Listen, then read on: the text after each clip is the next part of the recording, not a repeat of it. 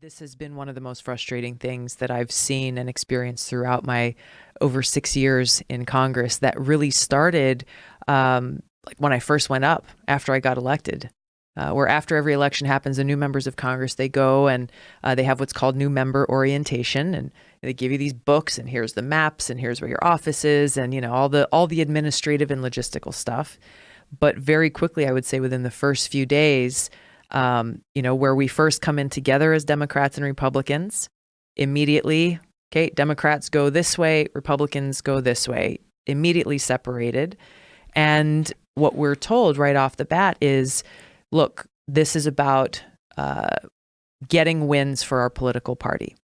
And if you work with a Republican, then that's going to hurt the party, especially if you work with a Republican that the Democratic Party is trying to take out. Forget the substance of the idea. Forget the substance of the bill. And this happens on the opposite side as well. Republicans with Democrats, both political parties are guilty of this, where they're really putting the interests of the political party ahead of the people who just voted for us to go and serve them. And not just the Democrats who voted for me, but yes, the independents and the Republicans, both who voted for me or who didn't, but who I serve as part of my constituency. And I've continued to see this where, you'll have a bill that because it's a Democrat bill, Republicans will vote against it, substance aside, or a Republican bill, Democrats will vote against it just because it's a Republican bill. But then, hey, if they come in and, a month or a year later introduce the same bill or a similar bill, but now because it's a Democratic bill, okay, everybody, hey, let's go and support this legislation. You can imagine why there is so much gridlock in Washington, why nothing really gets done, and ultimately how this divisiveness and this hyperpartisanship is hurting the ability for the needs of the American people to be served. When you talk about people like yourself that are completely funded by the public, and you have this very logical and objective way of discussing this gridlock, do you think that the future is in young people like yourself getting involved in politics, that they're not connected to this old world for 35, 45 years? This world, it sounds like this is just what you do. Yeah. I mean, I watched House of Cards. I get it sort of. That seems like chaos. And it seems like there's no way to fix that. It's almost like these people have to stop being politicians. They have to be voted out or die off. I mean, well, I think it's evident where we see those who are very entrenched in this this broken system feel very threatened by the rise of people-powered campaigns, individual contributions coming in and supplanting the big money that they get from, the PACs and lobbyists. And there's fear there because they see their whole world being disrupted by people like me or others who are coming in and saying, no, we're not buying into any of that. And we're coming in to actually fulfill the mission that we've been charged with by those who voted for us to serve the people, all the people of this country.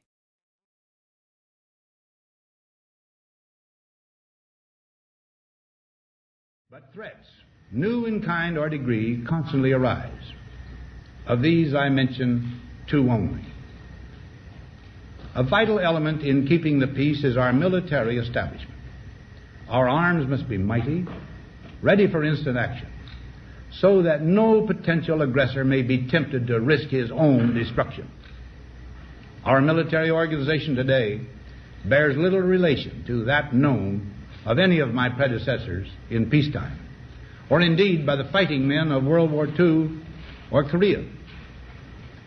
Until the latest of our world conflicts, the United States had no armaments industry. American makers of plowshares could, with time and as required, make swords as well.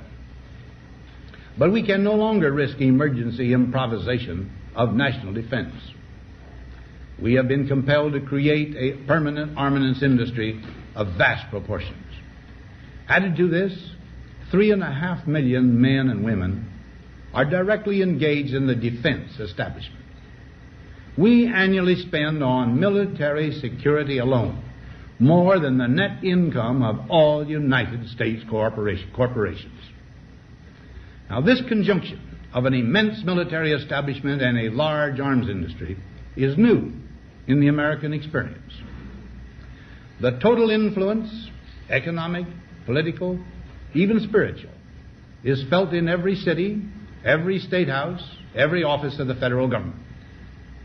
We recognize the imperative need for this development, yet we must not fail to comprehend its grave implications.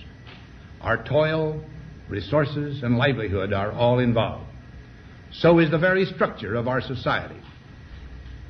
In the councils of government, we must guard against the acquisition of unwarranted influence, whether sought or unsought, by the military-industrial complex.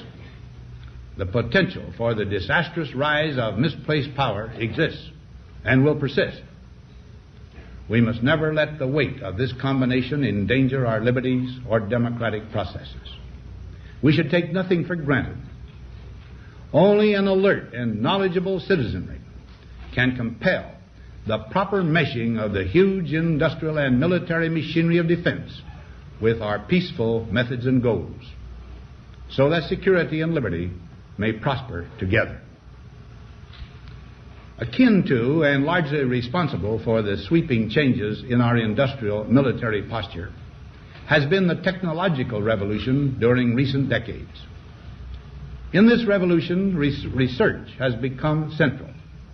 It also becomes more formalized, complex, and costly. A steadily increasing share is conducted for, by, or at the direction of the federal government. Today, the solitary inventor, tinkering in his shop, has been overshadowed by task forces of scientists in laboratories and testing fields. In the same fashion, the free university, historically the fountainhead of free ideas and scientific discovery, has experienced a revolution in the conduct of research. Partly because of the huge costs involved, a government contract becomes virtually a substitute for intellectual curiosity. For every old blackboard, there are now hundreds of new electronic computers. The prospect of domination of the nation's scholars by federal employment, project allocations, and the power of money is ever present and is gravely to be regarded. Yet in holding scientific research and discovery in respect, as we should, we must also be alert to the equal and opposite danger that public policy could itself become the captive of a scientific, technological elite. It is the task of statesmanship to mold, to balance, and to integrate these and other forces, new and old, within the principles of our democratic system, ever aiming toward the supreme goals of our free society. I'm on a mission. There's a lot of issues I think we're going to talk about why I'm running for president. But being out and connecting with people all across this country, bringing this message, really of ending these wasteful, destructive foreign policies that have been so costly on the American people for so long, costly on our troops, costly on our veterans, ending these wasteful regime change wars, ending this new Cold War and nuclear arms race, and taking the trillions of dollars that we've been spending on these programs, and that we will continue to spend if the status quo is allowed to continue, and investing those dollars back into serving the people in our communities, serving the people of this country. Things like healthcare, education, infrastructure, protecting our environment, clean water. There's so much that we need to do. We've got limited resources to accomplish that. These are my favorite things that you talk about. My question is always, though, why do we spend so much time and money and at such a titanic human cost for these regime change wars? Yeah. What do you think is the cause? Like, other than the obvious, if you have a dictator that's in place, there's an obvious outcry like Saddam Hussein post 9/11.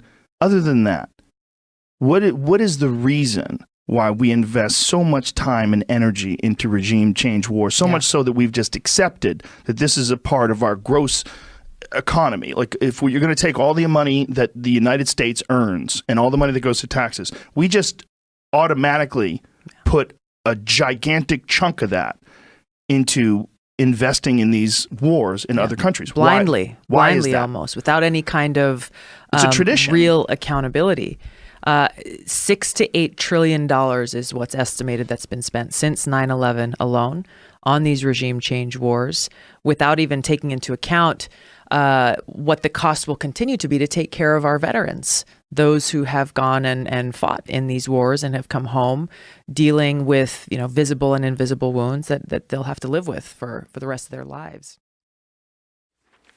As Director Tenet has pointed out, Secretary Powell presented evidence last week that Baghdad has failed to disarm its weapons of mass destruction, willfully attempting to evade and deceive the international community. Our particular concern is that Saddam Hussein may supply terrorists with biological, chemical, or radiological material. Let's start back. You mentioned Saddam Hussein.